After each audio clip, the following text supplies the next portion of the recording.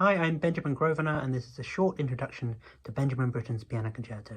As well as a composer, Britten was a fabulous pianist, and he wrote the piece at only 24 years old for himself to play.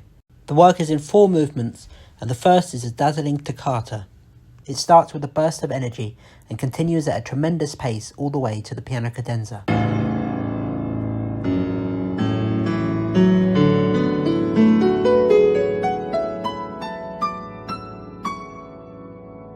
Britten delights in the capabilities of his instrument in this cadenza, and he actually uses all but 3 notes of the keyboard.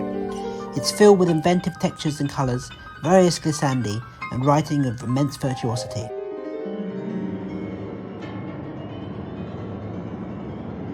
It all melts away to one of the most beautifully lyrical moments in the piece, where the piano plays the second subject theme over a carpet of tremolando strings.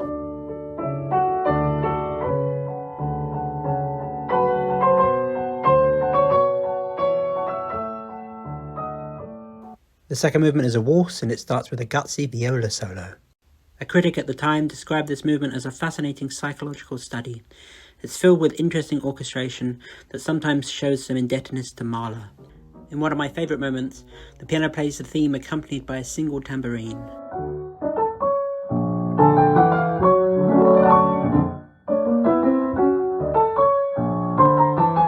The third movement was originally a recitative and aria, and Britten revised it about 7 years after the premiere, turning it into a set of variations on a theme he'd written for a radio play about King Arthur. And like the legend of that English mythological monarch, there's something about the strangely shifting harmonies of this movement that feels as if seen through the mists of time. There is again fascinating use of both the orchestra and the piano, and in one of my favourite moments, the piano plays like a music box over the strings.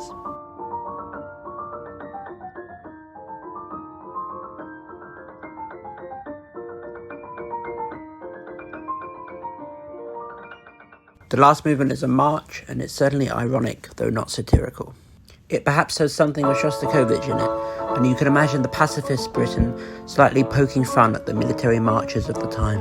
It later becomes quite violent, and as it builds to its most climactic moment, there's a highly original cadenza over the undeviating pulse of bass drum and cymbals.